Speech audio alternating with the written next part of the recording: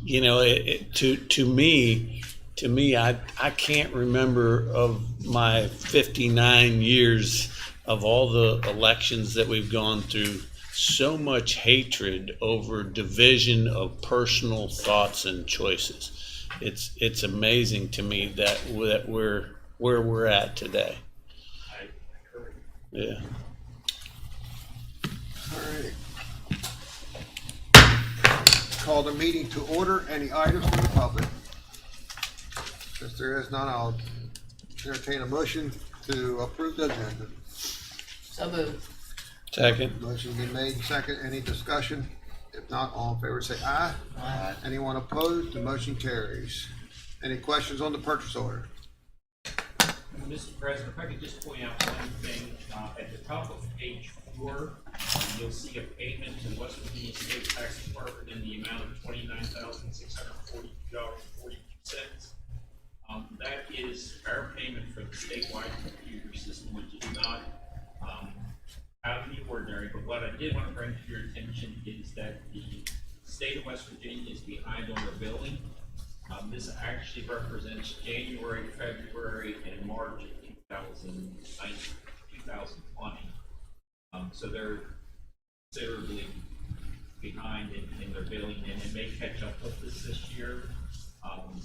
So we'll keep an eye on. Right now, we're in good shape. So that's for the assessor's office? Yes, sir. Mhm. Okay. Just wanted to bring that to your attention. All right. Thank you. Any questions for Mr. Davis on that? We have no internal budget revisions. Change in status, we have a new hire recommendation received from Gary Wine, Deputy County Administrator, for the following individuals: Nathaniel Robbins, as an IT specialist 2 with an annual salary of $43,433 effective November 23rd, 2020. Andrew Davis as an IT specialist 1 with an annual salary of $36,956 effective November 23rd, 2020. Caitlin Malk as a GIS specialist 2 with an annual salary of $43,433 effective November 9th, 2020. A new hire recommendation received from Eddie Gokenhour, Director of Homeland Security and Emergency Management, for Philip Barrow as a part-time, as-needed firefighter / hazmat tech with an hourly rate of $12.60 effective November 5th, 2020. Letter of retirement received from the Circuit Clerk's Office for Teresa Cooper, effective October 30th, 2020. Any questions on the change of status? Moving on to the calendars, we'll be down on the, for the starting the canvas on Monday. I think at 9 a.m., right, Penny? I'm trying to get to my calendar. And then we'll be also 9 a.m. Board of Canvas continuation on Tuesday the 10th. The offices will be closed on Veterans Day, the 11th, November 11th on Wednesday. And we'll be back in the chambers next Thursday at 9:30 a.m. For boards and commissions, we have nothing. The rest of this, let me make sure. Hold on.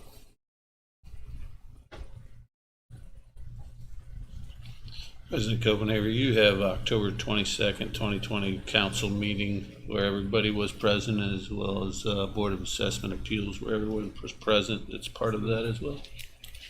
For the meeting, yes, you're right. We Skip over them.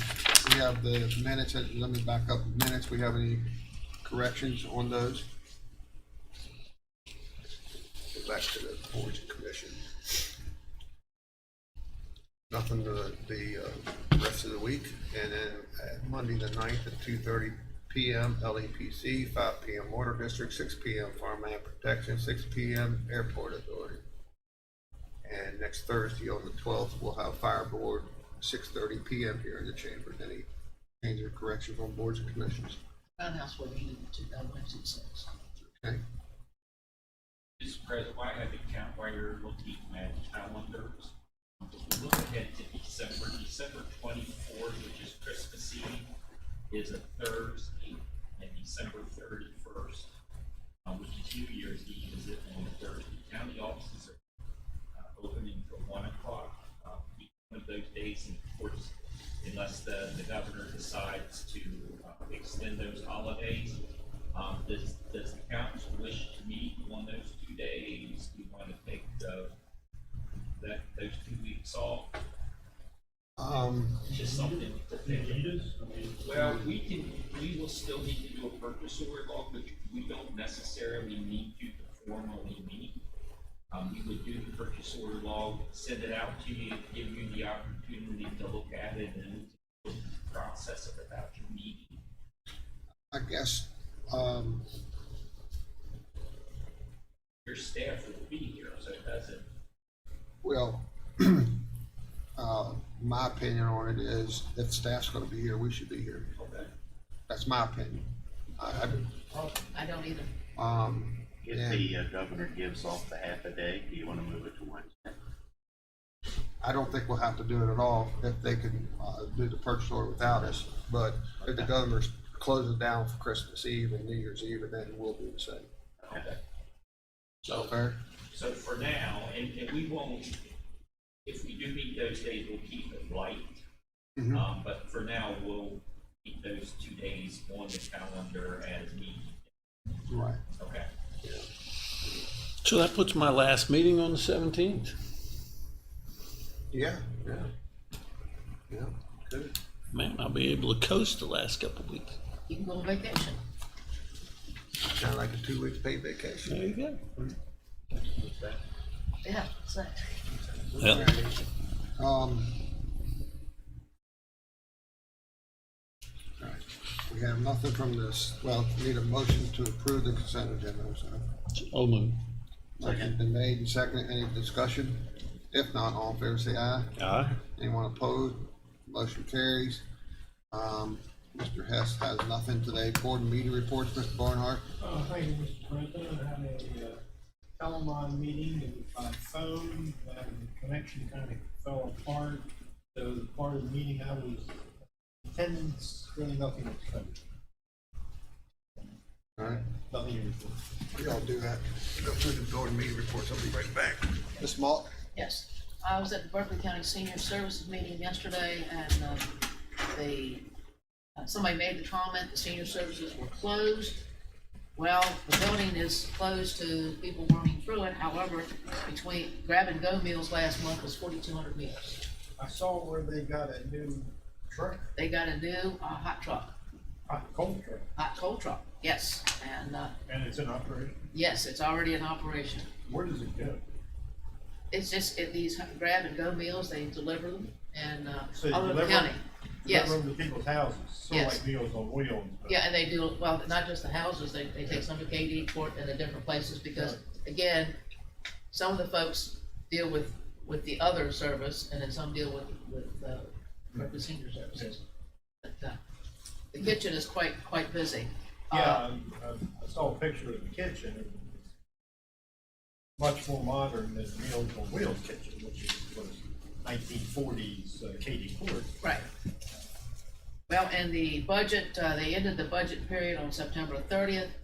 The food, process expenses is up, however, a lot of the stuff is down. So they came out, I think, about 90,000 to the good as far as, that wasn't budgeted. So, they're in the process of meeting with Mr. Decker to get the, audit. And, the second, meeting I was at was Landmarks. And, Landmarks is for a committee that's 100% volunteered, very, very busy. What is happening is everybody that's buying property, they want tax incentives and historical preservation monies. So everyone is inquiring, and we had 2 houses in Jarrettstown that needed documentation, a Crawford Bowling house in Martinsburg. Of course, there's 2 different distilleries in Martinsburg that they've been working with. On John Street, the bed and breakfast is being sold, so they need the tax credits. And another house on Martin Street is being researched to see how far back it goes, to see if it meets the guidelines for the historical tax credits. And then the committee in the process are working with all the deeds to get the cemeteries so folks can find them. We're also working with Chad and Gary to get a location on Berkeley County's website so that people know the difference between historical society and landmarks, because it gets complicated. And plus the fact eventually that once we get all of this material on the cemeteries together, that we'll do a link with on the website with landmarks, so if folks come in from out of town or looking for a particular cemetery, they have all the GPS to go find them and descriptions. So The cemeteries here are actually in pretty good shape. I mean, I've walked and walked by a few of them, and it seems like, you know, from years ago, you know, they put stones back up and lot better shape than they were Well, there's been 10 years ago. under state law, like the cemeteries, basically, if, let's say you had no one buried in Green Hill, but you wanted to donate money to have it restored, basically the way the law reads is you've got to have a family member in there to do that. So, but we have had family members step up, like the old Norburn Cemetery. A family member stepped up, and a lot of that has been totally put back together because it had looked rather poorly because so many stones had been knocked down. So there's been some people that have stepped up, but Landmarks has been making contact, you know, putting out through email and things, the fact that, you know, if you had someone buried in this area, and then they take pictures of the area because they had a name, and so some people have stepped up. So it's been What about the families? the family cemeteries. If the family isn't taking care of them, it gets Well, like the Tabor, Tabor's right down in the library, there's Right. a cemetery. There's a cemetery right next to me the issue on the with. Anchorage farm. Okay, but the Tabor's farm, cemetery, you have to ask permission of the Right. subdivision. So all of that will be, No, on the family, on the Tabor family, they have a right to get. they have a right, but you still have to get permission. So all of that has got to be delineated on a website so folks can access it. And you were talking about that, and I delivered the copy of the deed and all that stuff to them this past week on the Tabor's cemetery. There must not be a lot of people around that actually do that restoration, because I met a guy just working out of a pickup truck, doing restoration at one of the cemeteries and with the stones. And if I remember right, I mean, he'd come from Massachusetts, I think, down. Berkeley County, we discussed this yesterday with someone. We don't have brick masons that are used to working with the old brick and the old sand base. We don't have stone masons that can work with monuments. And there's, of course, John Conser was the one that, and he died last fall, that would, if he couldn't do it, he would work with folks to help them do the project. And so the one guy that I know that was here is gone. There is some people that do that, though. I've done some work in Harper's Ferry, and Right. National Park Service has a whole list of people that are qualified to do those type of Well, but restorations. find them here that, Yeah. let's say you're doing a project, if you didn't know that, to get a list from the National Park Service, sometimes they are not Right. reeling it. Well, 9 times out of 10, a lot of those projects are being done as a volunteer too. Right, Right. it's all volunteer. Well, this guy I talked to, he was getting paid, and he'd drive all the way down here from Massachusetts, and he'd work and spend the night and work the next day and then go back. He'd do it like 2 days at a time or something. Well, it's very interesting once you get involved in this, particularly some of these cemeteries have been really leveled. One of the other committee meetings I went to, it was the chamber, and Katie Sprighoff, and it was the Chamber of Government Affairs, and she works with domestic violence. It was called the Shenandoah Women's Center, and at the moment I can't think of the name of the group now, it's got a different name.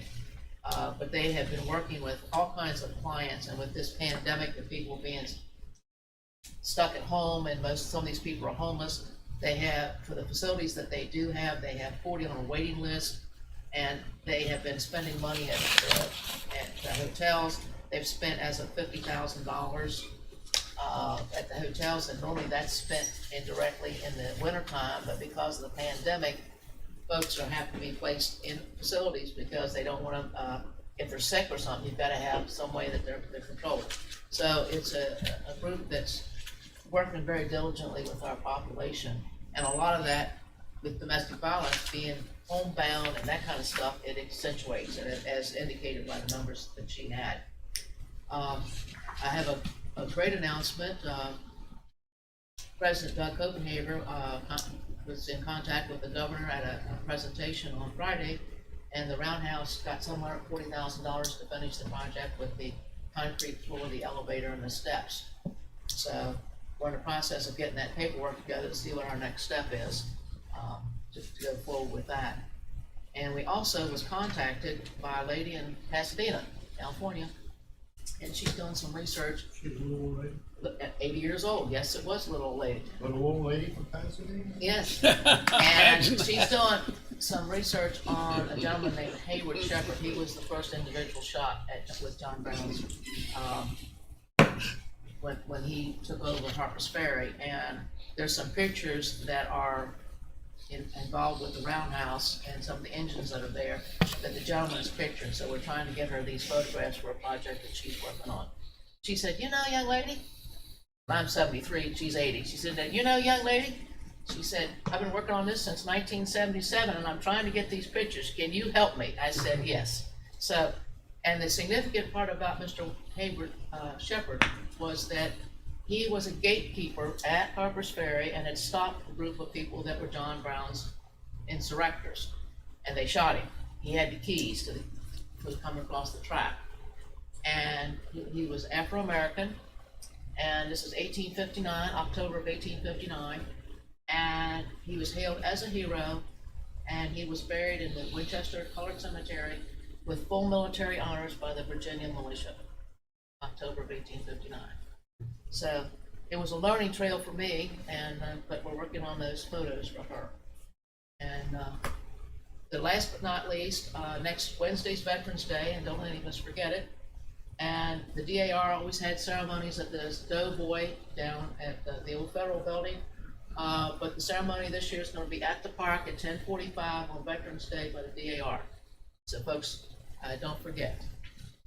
Thank you, Ms. Mock. Mr. Delia. Young lady.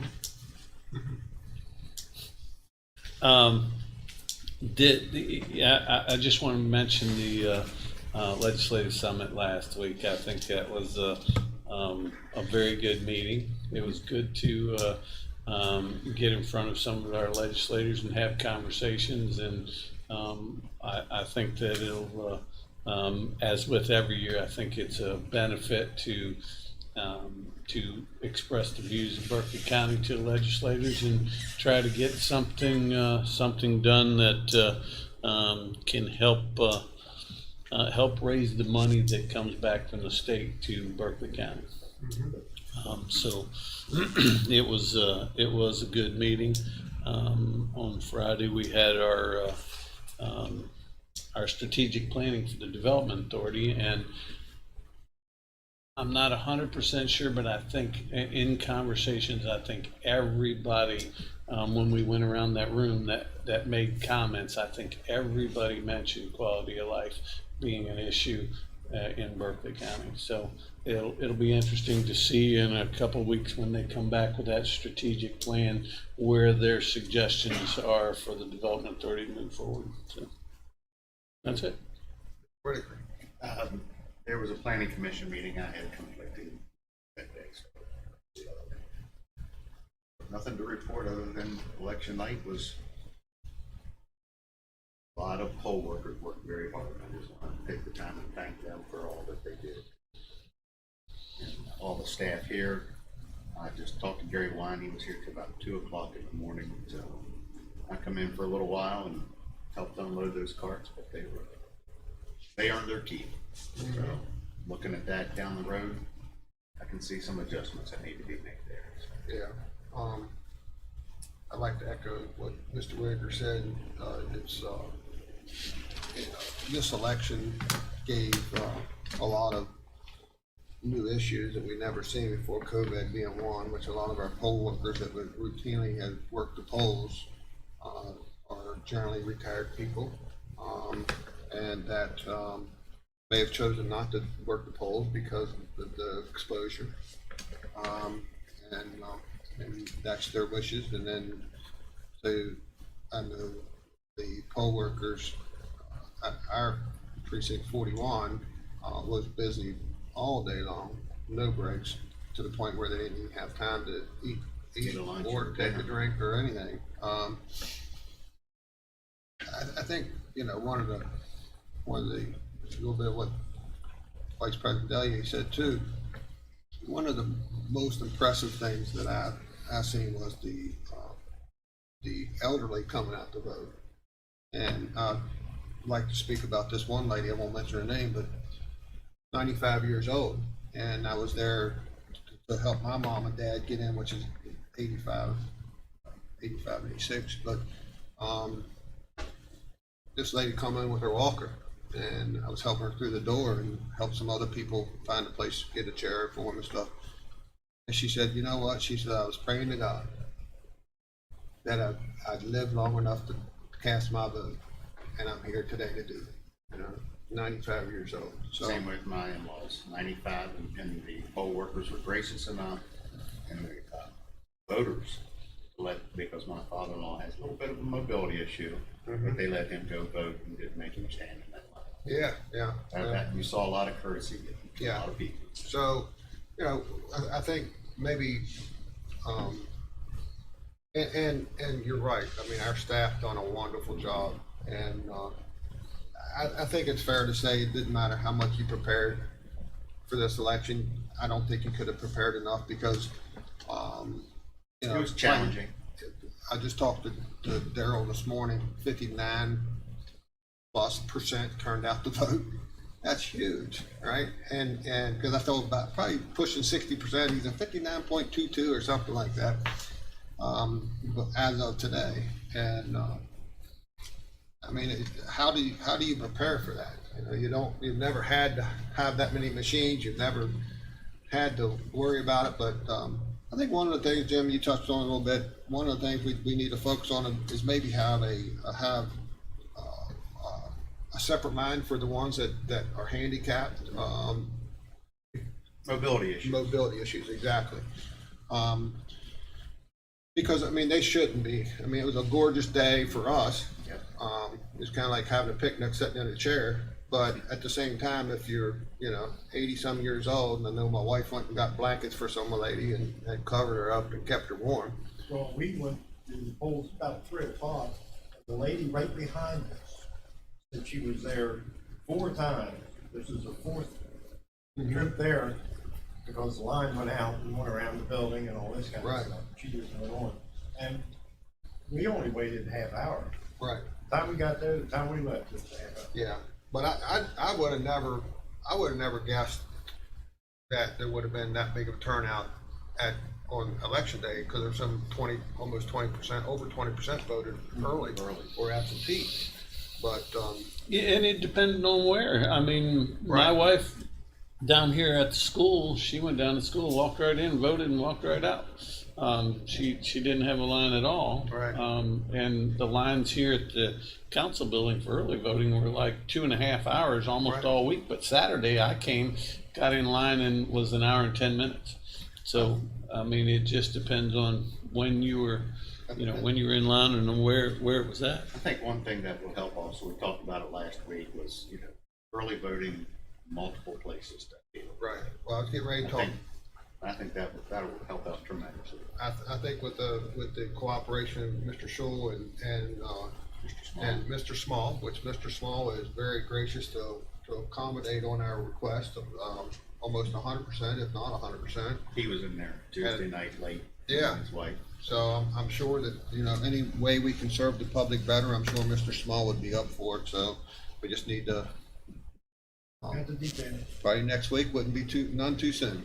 And Mr. President, the other thing is I want to commend our public who were voting, because they were in this building and lined all the way through the building, and we hardly knew that. I mean, you heard people shuffling as walking, but it was No disruption. it was very, very respectful And more masks. and more masked. Right. And so our folks stepped up to the plate and did what they needed to do. And on the state side, the county commission, we got a plus in the senator position. Jack Woodham, who was the president of the Sumner County Commission, got to be senator. Is that right? He'll be he's a senator. His term was up in December, and he got to be senator. So, when it comes to Good for him. knowing what the county commission does, he's there. Yeah. Jack's a good guy. I like Jack. Yes.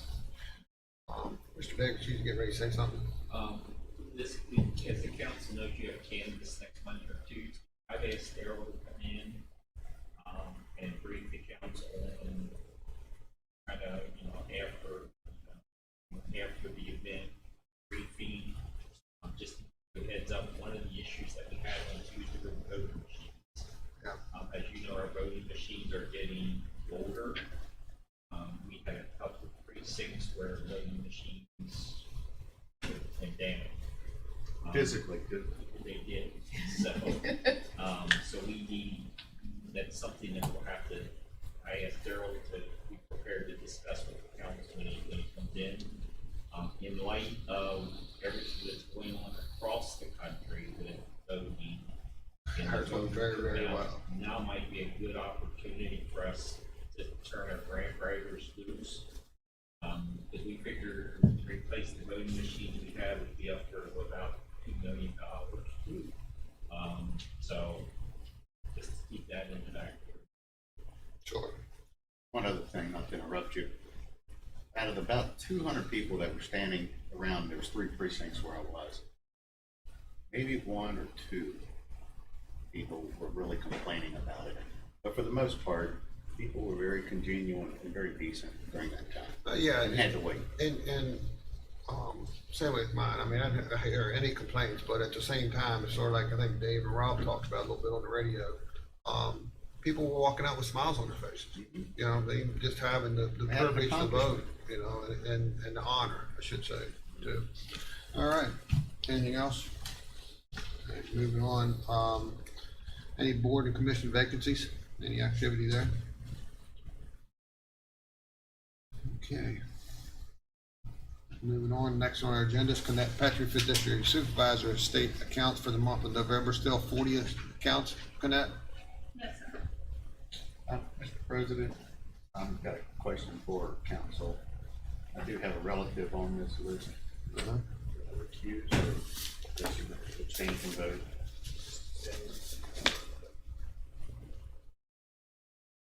By the way, you're being overshadowed a little bit today, so Will, it's good to see you. Good to have you. Congratulations, Will. Yes, thank you very much. I'm very pleased to have company with me here today. Will Lawrenson came in on Monday and learned a lot at him real quickly. He's doing a great job. So Taking that drink from a fire hose, aren't you? next meeting, you'll have Will here to do this for you.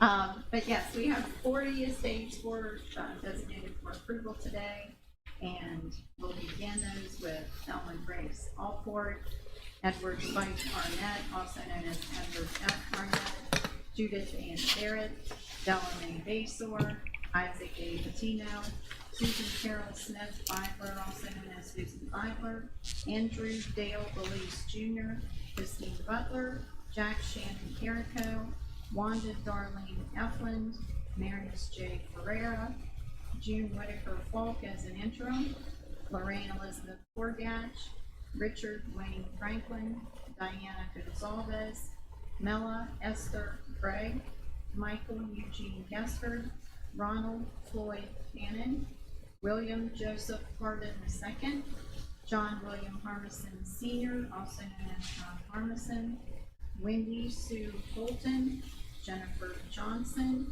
Vivian Johnson, Dorothy Marie Kearns, also known as Dorothy M. Kearns, Madeline Langdon, Betty Ruth Linton, Oliver Wendell Long, Michael Calvin Long Sr., Peter Wayne Mercurio, Joyce Ardella Miller, Mary Joanne Richards, Deborah L. Rennick as an interim, Mark Christopher Russell, Robert Wesley Shellhouse, Marion Novelette Shaw Christopher, Stacy Blake Smith, Leslie K. Triggs, James Albert Valderrama, also known as James Valderrama, Arnold Dearmont Vincent, and Betty Lee Young, also known as Ben Young. So I see that these people have different names listed, because they use different names. Because either in the documentation that was presented to us, they were listed with different names, or whoever's coming to qualify with the statement.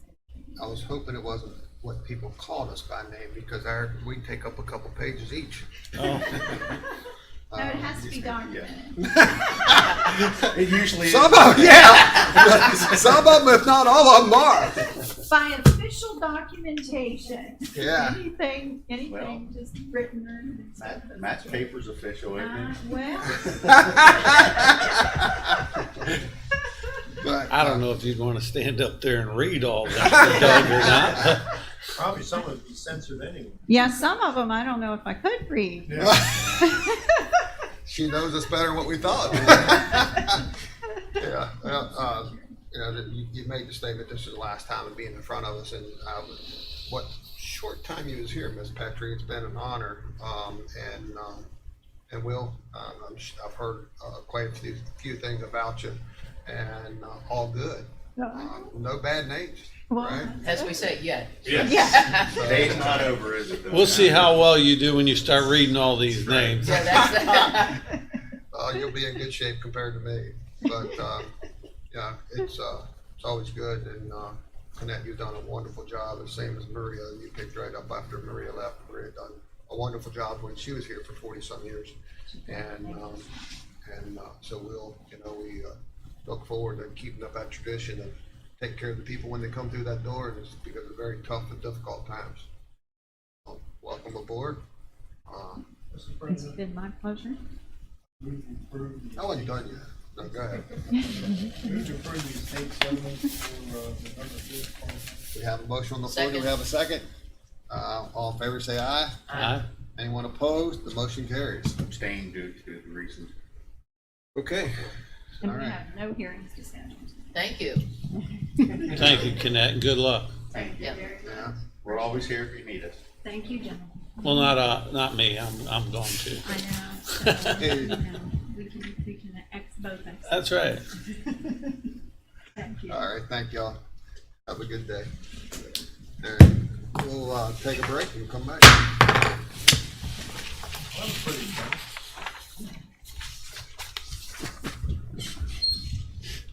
Somebody had said that they wanted to be on a particular committee, and I said, we only got a couple of weeks left to be an interview.